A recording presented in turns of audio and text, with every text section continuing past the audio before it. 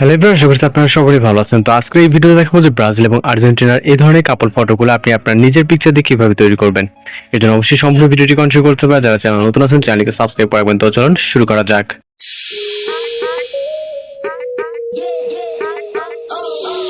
Hello everyone, আশা করছি আপনারা সকলেই ভালো আছেন। তো আজকে এই ভিডিওতে দেখাবো আর্জেন্টিনা এবং ব্রাজিলের এই ধরনের কাপল ফটোগুলো আপনি কিভাবে এক ক্লিকে তৈরি করতে পারবেন, সেটা নিজের ছবি দিয়ে। তো এর জন্য আমাদের মূলত জিমিনি অ্যাপ্লিকেশনটিকে ওপেন করতে হবে, যেটি প্লে স্টোরে অ্যাভেলেবল পেয়ে যাবেন। এখান থেকে আপনি খুব সহজে এটাকে ইনস্টল করে ওপেন করতে পারবেন। এরপর এরকম ইন্টারফেস দেখতে পাবেন। এখান থেকে আপনি সরাসরি প্লাস আইকনে ক্লিক করে ফটোস অপশনে চলে যাবেন। এরপর এখান থেকে আপনি আপনার মতো করে নর্মাল একটি ফটো সিলেক্ট করবেন। জাস্ট দেখতেই পাচ্ছেন। তো এরকম একটা ছবি সিলেক্ট করে আপনার এটাকে অ্যাড করতে হবে। এখানে জাস্ট আপলোড হওয়ার জন্য কয়েক সেকেন্ড সময় নেবে আপনার নেটওয়ার্কের উপর ভিত্তি করে। তাই হচ্ছে এখানে আমাদের একটু প্রম্পট অ্যাড করতে হবে, যে প্রম্পটটি আপনার ভিডিওর ডেসক্রিপশন বক্সে পেয়ে যাবেন। ওইখান থেকে খুব ইজিলি এই প্রম্পটটিকে কপি করে নিতে পারবেন। সম্পূর্ণ প্রম্পটটিকে কপি করবেন। কপি করার পর চলে যাবেন জিমিনি অ্যাপ্লিকেশনে এবং এইখানে এসে ডেসক্রাইব অপশনে প্রম্পটটিকে পেস্ট করবেন।